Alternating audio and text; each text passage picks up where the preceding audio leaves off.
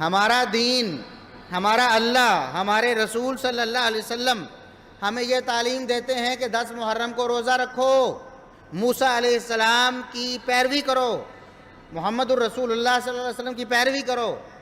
لیکن ہمارے ہاں کیا ہوتا ہے؟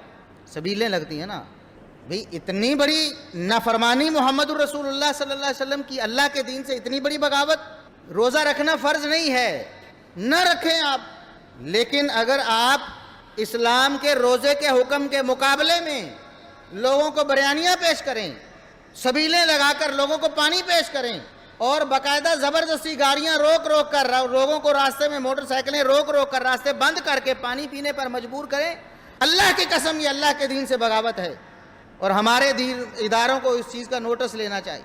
کیوں تنگ کیا جاتا ہے لوگوں کو؟ آپ تجربہ کر لیں، نکلیں 10 محرم الحرام کو، آپ کو زبردستی روکا جائے، ناکے لگائے ہوئے ہیں۔ بھی کیوں؟ نام لیتے ہو کہ ہم اللہ کے رسول صلی اللہ علیہ وسلم کے کلمہ گو ہیں، اور کام تمہارے یہ ہیں کہ اللہ کے رسول کے دین کے خلاف تم نے باقاعدہ متوازی دین بنا لیا ہے۔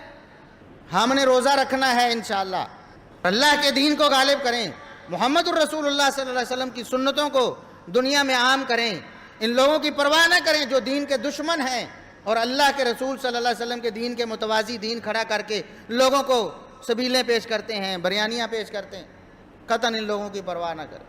اور یہ محرم الحرام ہمارے لیے وہی حیثیت رکھتا ہے جو محمد الرسول اللہ صلی اللہ علیہ وسلم نے اس کی طے فرمائی۔ یاد رکھیں کہ محرم الحرام میں ایک سانحہ رونما ہوا، اور یہ اکیلا سانحہ نہیں ہے، اس سے پہلے بھی اس کے بعد بھی محرم الحرام میں سانحات رونما ہوتے رہے، جن میں ایک سانحہ سیدنا حسین رضی اللہ عنہ کی شہادت کا سانحہ ہے۔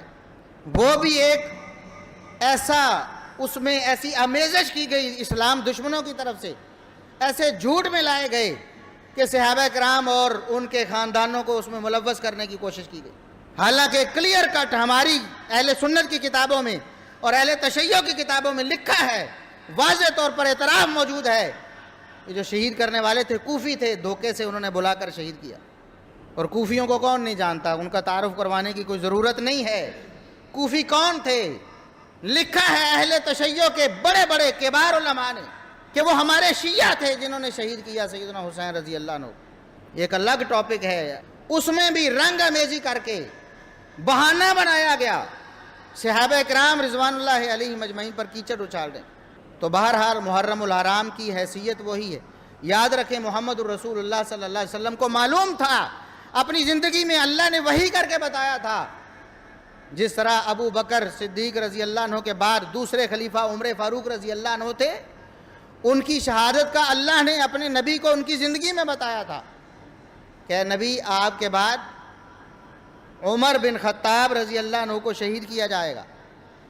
تیسرے خلیفہ عثمان بن عفان رضی اللہ عنہ، ان کی شہادت کا اللہ نے اپنے نبی کو بتایا کہ اے نبی، آپ کے لاڈلے صحابی اور آپ کے دوہرے داماد عثمان کو شہید کیا جائے گا۔ سیدنا علی رضی اللہ عنہ کی شہادت کا اللہ نے وحی کر کے بتایا، اور بخاری مسلم اور دیگر کتابوں میں صراحت کے ساتھ احادیث موجود ہیں، وقتاً فوقتاً آپ کے گوش گزار کی جاتی ہیں، ان کی شہادتوں کا بھی بتایا گیا تھا۔ اسی طرح سیدنا حسین رضی اللہ عنہ کی شہادت کا بتایا گیا کہ نبی آپ کے نواسے حسین رضی اللہ عنہ کو شہید کیا جائے۔